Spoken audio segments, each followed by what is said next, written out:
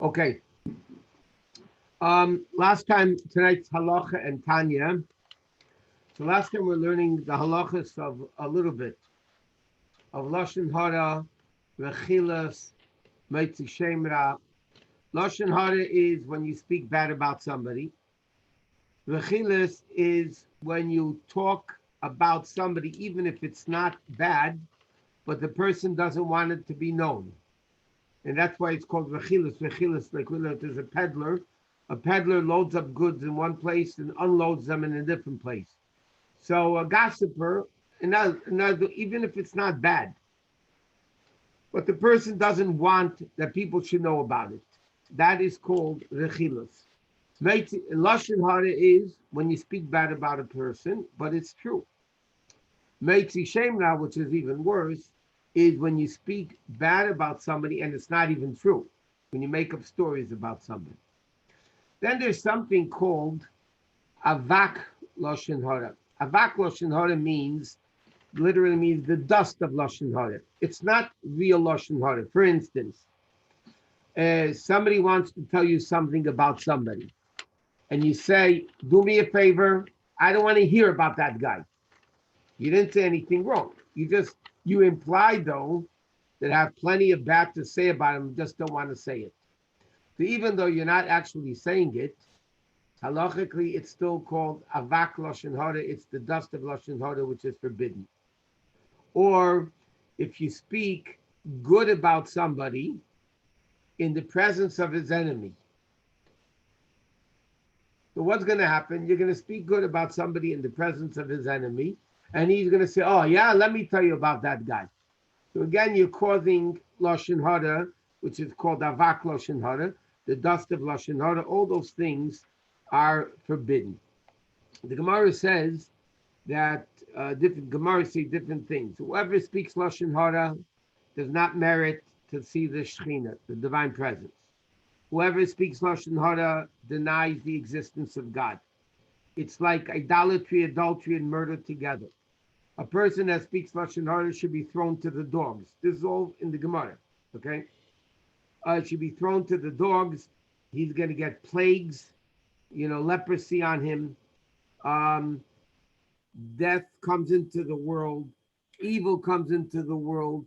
So it says a person has to be pretty careful about not speaking bad about anybody. It's interesting. You hear from the Rebbe's secretaries that worked with the Rebbe for 30, 40, 50 years. They all say that they never heard the Rebbe say anything bad about anybody. In the 40 years that they worked with the Rebbe, from the time the Rebbe became Rebbe, they never, and trust me, he had a lot. He would have a lot to say about people. But the Rebbe never said anything bad about people. Even when the Rebbe screamed at the Farbrengens about things people did, the Rebbe never spoke about the person. The Rebbe spoke about the thing they said. The Rebbe never spoke bad about a person. If somebody said something which is against Torah or whatever it was, then the Rebbe would scream, "How does a person say such a thing?" But he never said bad about the person. Like we said before, the whole mitzvah of Avos Yisrael is to be able to separate the person's action versus the person himself. Okay. Now again, when are you allowed to speak lashon hara? It's extremely complicated. In the Chafetz Chaim Sefer, he brings down certain instances, but like we mentioned briefly last time, the only time you're allowed to speak lashon hara about somebody is if you don't speak lashon hara, somebody else will get hurt by it. He said somebody asks you, "Should I lend somebody money?" And this person never pays back the money. So then, if you don't say no, bad about the person, then the other person will lend them the money and he'll get messed up. So then halacha is that you don't have to. Then you're allowed to speak lashon hara. Okay, next let's move on. The next din is if somebody keeps up a machlekes, a fight, they're transgressing a negative commandment in the Torah. This is what it says in the Gemara in the Shulchan Aruch. Because the Torah says after the story with Korach, when Korach made the machlekes against Moshe Rabbeinu, so the Torah says over there You are not allowed to be like Kairach and his community. Meaning, from there the Gemara learns out what does the term mean you shouldn't be like Kairach? You shouldn't keep a machlekes.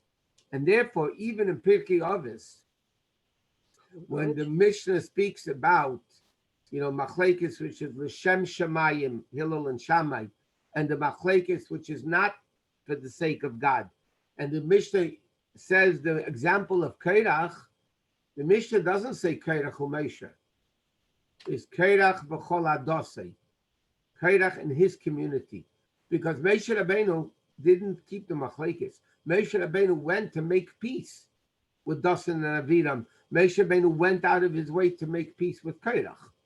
So Moshe Rabbeinu never kept the argument. Who kept the argument? Kairach and his children. Keeping the grudge? What?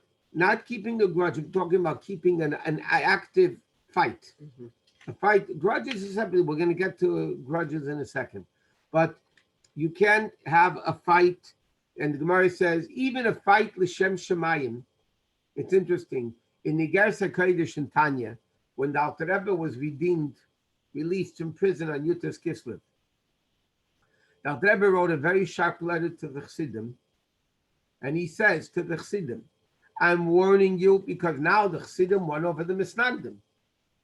And normally the tendency would be to start giving it back to the Misnagdim.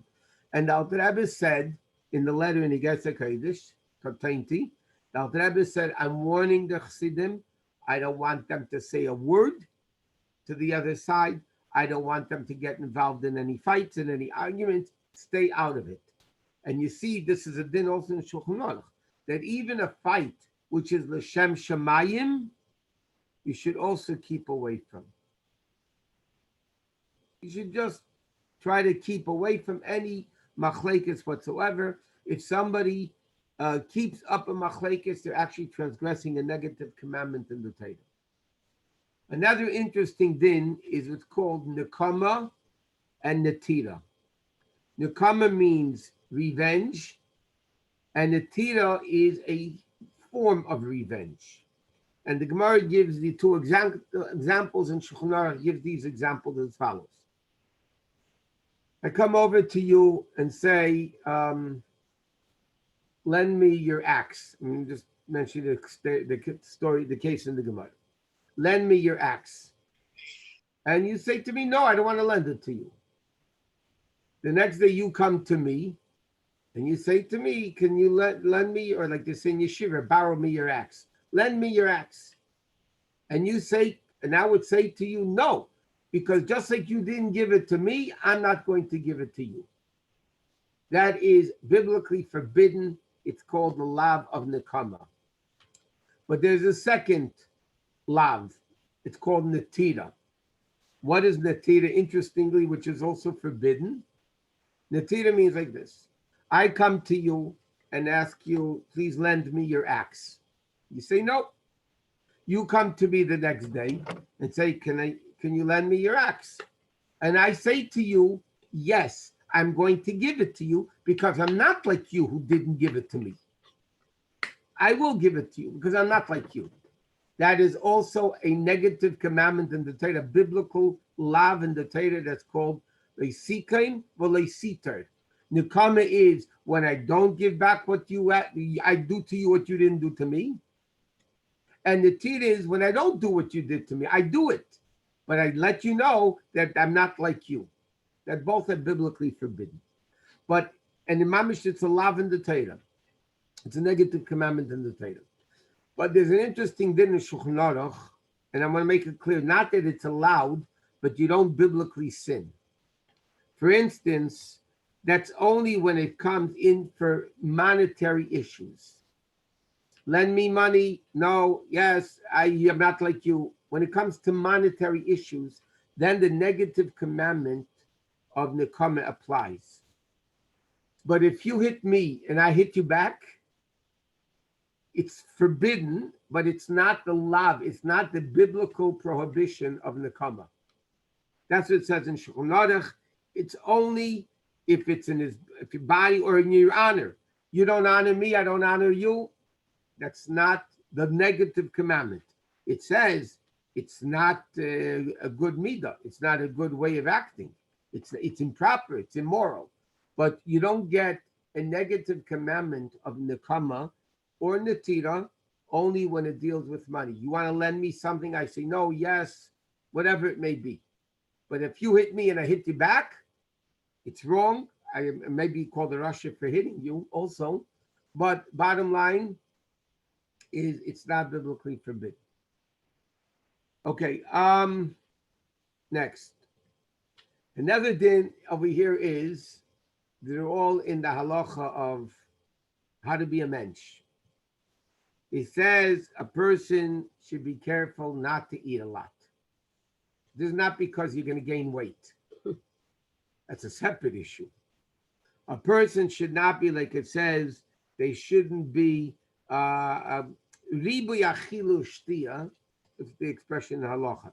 An abundance of eating and drinking, just being too much into food, is bad for God and bad for people. A person should be careful not to eat food that they don't need to eat, just because they want to eat. Or even if, but if it's going to, especially if it's going to damage them after a certain time. So unless if a person, let's say, ate a little bit and he didn't have enough to bench or do a bracha achrein and after bracha, and he wants to eat a little bit more to be able to make a bracha, then you're allowed to do. But there's a pasuk that says, "Tzaddik eichel l'seva nafshei." A tzaddik eats to live. As we said many times in shul in the classes, there's a difference if somebody lives to eat or eats to live. Okay, the famous story with the Rebbe Rashab, what's the guy eats, a Jew eats, what's the difference? And the guy eats in order to be able to take another shot of booze, and the Jew eats to be able to serve Hashem, and he gives a saya krechts, as if, I'm really not accomplishing exactly what I should be doing. So a person should not be overeating, not because of weight. That's a separate health issue, by the way. It could be, by the way, halachically, it could be a question if a person, I'm not saying everybody's not guilty for this, but are you allowed to eat unhealthy food? Is that going against the commandment of ushmartem ma'edel nafsheseichem? You have to be very careful in your health. In fact, there's a very interesting responsa, the tshuva that Moshe Feinstein has, after they came out that cigarettes are forbidden, that cigarettes are unhealthy, God forbid they can cause cancer and what else. So the Moshe Feinstein was asked the shaila as follows. If somebody asks you for a cigarette, are you allowed to give it to them? And he paskins that you're not allowed to give it to them. And if you give it to them, you are transgressing a negative commandment of the Torah of lefnei iver leisitin michshol. Before a blind person, you're not allowed to put a stumbling block. You're giving a person a cigarette, and the doctors say it's unhealthy. So therefore, halachically, he writes, you wouldn't be allowed to give a cigarette to somebody if they ask you for a cigarette, because you're helping them sin, because they're not keeping health. They're not doing healthy. And another interesting din, by the way, is you're not allowed to eat. The Gemara says like this, a very sharp expression. Ha'echel b'shuk, whoever eats in the street, daima lekelev, is like a dog, upasal le'edus, and he's not allowed to be a witness. He's not kosher to testify. And Taisus in the Gemara in Kedushim, by the way, says that's not if you eat a snack. He's talking if you eat a meal. In other words, to translate it into our language, if somebody walks in the street eating a hot dog on a bun or a hamburger on a bun, where it's halachically a meal, you're washing and it's hametzi and that whole thing, you're not allowed to do that. And if you do, the Gemara classifies you're like a dog. And because you have no dignity, human dignity, you're not allowed to be a kosher witness. So people should be careful. Again, like we said, snack taste says it's not improper. Another din in Shulchan Aruch that a lot of people don't keep is you're not supposed to eat or drink standing. Besides the fact you might get fat feet, that's what they say, you might get fat feet. But halachically, again, it's not respectful, it's not menschlich. A person should sit down and eat like a mensch. Make a what? What about a picnic when we're eating outside? No, that's not in the street. You're eating by your picnic table in an area which is designated for eating. Okay. We're talking, you're walking down Wilshire Boulevard, the Beverly Boulevard, La Brea, and you're walking the street eating a hot dog. That's what we're talking about. We're not talking about outdoors. Listen, you have all these outdoor restaurants, Oliver Shalom. I mean, when they're open for inside eating, people would eat on the outside of the restaurant. That's not called eating in the street. That's a designated place to eat. That's not a problem. That's definitely allowed. Okay, next thing over here is what's called Taharas HaPeh, the purity of the mouth and clean speech. Okay? The Gemara says you're not allowed to speak something what's called megune. Megune means not appropriate. A person should not speak inappropriately. It says, if you speak really bad words, so you get Gehenim and you get decrees and terrible things happen. But generally speaking, a person should learn to speak nicely. What does it mean? It's learning to speak nicely.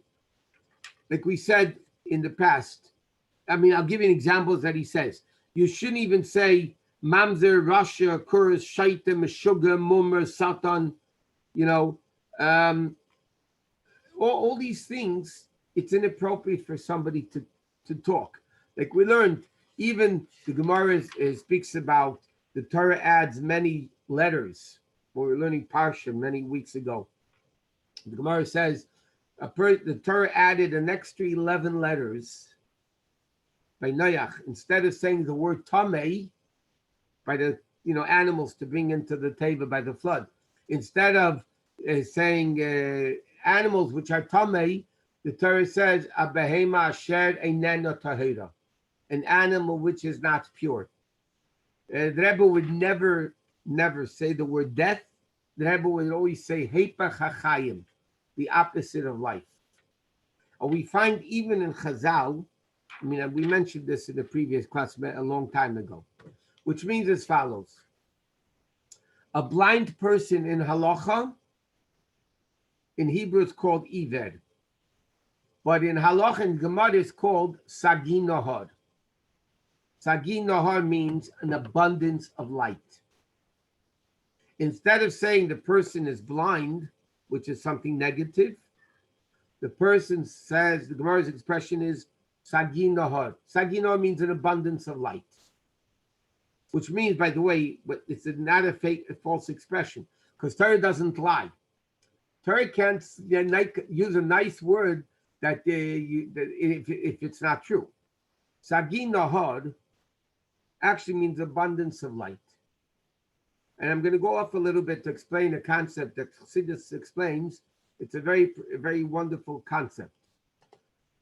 We know medically that two parents that, God forbid, are blind, can give birth to a child that sees. Two parents that are deaf are able to give birth to a child that can hear. So medically, the reason for that is because the genes skip a generation. So this generation doesn't have it, but the next generation might get it. According to Torah, there's a different explanation for this. And that is, why is a person blind? God forbid. It's not that the neshama is missing the power of sight. The neshama is perfect. The neshama could see, the neshama could hear, the neshama could talk. The neshama could do everything. So why, God forbid, is a person blind? Because when the power of the neshama of sight goes into the eye, either something's wrong with the vessel of the eye, and therefore the vessel doesn't work. So even though the neshama's power of sight is going into the eye, but there's something wrong with the eye and therefore the person can't see, or in the current, in the connection between the neshama and the eye, there's something wrong. But the neshama could see. So therefore, what does Sagi Nahar mean? And by the way, this explains. Therefore, parents can give birth to a child that's healthy, even if they can't see or hear. Why? Because they have the power of sight. There's something wrong with the physical eye or in the connection with the physical eye. So if the child is born without that problem, they could see. But therefore, what does Sagi Nahar mean?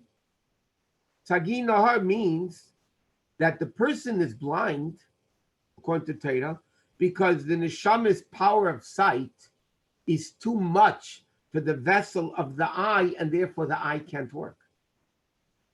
So therefore, it's not an expression that Torah is just lying. Sagi Nahar means the person has an abundance of light. So even when the Torah says you have to speak nicely, it doesn't mean to lie. When the Torah says Sagi Nahar, it means the person has the ability, an abundance of light. But it's not a lie. Eye can't see. That's because there's too much power of the sight and the neshama for the eye to handle. And therefore we find, even in Torah, we find a cemetery is called Beis HaChayim, the home of the living. It's a cemetery, it should be called Beis HaMason. So again, simply the answer is, we don't want to speak bad, home of the dead. We said home of the living. It should be called Beis HaChayim, and that's what it's called in Torah, by the way. And I mentioned in the past that Rebbe once spoke a Sikha, and the Rebbe says he doesn't like the fact that hospitals are called in Hebrew Bet Cholim. Bet Cholim means the home of the sick. The Rebbe said, why are you calling something negative the home of the sick? Why aren't you called Bet Rofim, the home of the doctors? And the Rebbe was adamant, by the way, that the word Bet Cholim is not a proper word to use because it's negative. And just like we say Beis HaChayim, we don't say Beis HaMason. And therefore we should be saying Beis HaReifim versus Beis HaChayim, Beis HaCholim. But it says, there's a very sharp Gemara in the Ksubis, and they bring down a lot of other Gemaras. The Gemara says, whoever does nibble peh, nibble means disgusting language, inappropriate language. The Gemara says in Ksubis that even if there was a decree in heaven sealed for 70 years of good, it gets ripped up and it's changed to 70 years of bad. That's what the Gemara says. So therefore, one of the greatnesses, by the way, of the Jews in Egypt, they didn't change their name, they didn't change their clothing, they didn't change their language. It doesn't only mean that they spoke Hebrew. It means Mitzrayim was the most corrupt place on earth. And you can imagine what language they spoke. I don't mean the words they used. And the commentators explain, what does it mean in the Medrash that they didn't change the language? It doesn't only mean that they spoke Hebrew instead of Egyptian. What it means is they spoke properly. People should be careful in the words they say. In Mussar Svarim it says, from people are very careful what they eat. They're very careful what goes into the mouth. So it says in Mussar Svarim that you have to be more careful what comes out of your mouth than what goes into your mouth. Yes, people are very careful. We learned you have to be careful with the eating, should be kosher. If not, God forbid, you become spiritually ill. Bottom line is that people have to be very careful in the language they say, and therefore it says in Halacha, a person should, Lashon Chachamim Bracha, the Gemara says the language of Chachamim is blessing, it's clean, and he should always bless people, not Avayin Hara. Another interesting din along the same halacha is the Gemara says, a famous Gemara says, Tiftach pele Satan. Don't open your mouth to the Satan. Don't say punishment on another Jew, that God should curse him, God should kill him, God should make him lose his money. That's called al tiftach pele Satan. You're opening your mouth to the Satan. and it's not allowed to be done. The Gemara says you shouldn't do it, and um, and therefore, even if you do it, that's why we always speak in Yiddish. There's an expression, nicht eingedacht, or in Hebrew it's called lo aleinu. You speak somebody, God forbid, something happened, so you say right away, nicht verkeniden gedacht. It shouldn't happen to any Jew, or lo aleinu. It shouldn't happen to us. A person has to be very careful in speech, because speech is very, very powerful. Everybody knows the famous Hayom Yom, that in the city of Mezhebush, where the Baal Shem Tov lived, it's a famous Hayom Yom, that in the city of Mezhebush, two Jews got into a fight. And one of them said to the other one, I'm going to rip you apart like a fish. And the Baal Shem Tov heard about it, and he told the students, they used to sit like around a rectangular table like a ches. And whenever the Baal Shem Tov wanted to show a vision to his students, they would all hold hands around the table, and then they would sing a niggin. In the middle of the niggin, the Baal Shem Tov put his hands on the two students next to him, closing the circuit, and they saw a vision. The Baal Shem Tov showed him a vision, and all the Chassidim screamed, ah! What did the Baal Shem Tov show them? Baal Shem Tov showed them a vision of the guy ripping apart the other guy like a fish. And the Baal Shem Tov took off his hands, the circuit division stopped, and then the Baal Shem Tov explained to the students as follows. There is a world of action, there is a world of speech, and a world of thought. Obviously, God forbid, chas v'sholem, if somebody kills somebody, in action they killed them. Okay, which they're punished for. If somebody says in speech, I'm going to kill you, in the world of speech, you killed them. Now, you're not punished, because we're not punished for speech. But if in the world of speech, if I say to somebody, I'm going to, chas v'sholem, if I say to somebody, I'm going to kill you, in the world of speech, I killed them. If in my mind, I thought, I'm going to kill you, even if I didn't say it, in the world of thought, you killed them. There's a real world. There's an action world, a speech world, and a thought world. And when a person does something in speech, it's very powerful. It can hurt people. As we all know, verbal abuse is much worse than physical abuse. Okay? And the Gemara says in the dinim of hurting people, the Gemara says, if I cheat you in business, listen, I can make it up. I'll give you the money that I made you lose. But words, that you can never take back. Once they're said, they're said. It's gone. It's finished. There's a famous expression, before you speak, you control your words. After you speak, the words control you. Before we speak, we have the ability to control our words. Afterwards, the words control us. There's nothing we can do about it. Okay, another halacha is all in the dinam of, being a mensch. Another din is that it's a mitzvah to give somebody improper advice. It's wrong to give what? I said it's a mitzvah. I'm sorry. It's a mitzvah to give somebody proper advice. It's an aveda. By the way, the michshol is part of that aveda. Before a blind man, you give a stumbling block. Person should not give. It's forbidden for somebody to give somebody bad advice. And therefore, just to give some advice, so to speak, if you're not sure that your advice is good, don't say it. Because God forbid, if the advice is no good, then you're doing more damage than if you didn't give any advice. And people need to give advice based on Torah. Torah has the solution and advice for everything. If somebody wants to give somebody advice, you have to make sure it's based on Torah. When you base it on Torah, then the advice is proper. And if you don't know, or like the famous expression, If you have nothing good to say, don't say it. Hmm? No, if you have nothing good to say, don't say it. Means don't say anything. Just be quiet. And the same thing in advice.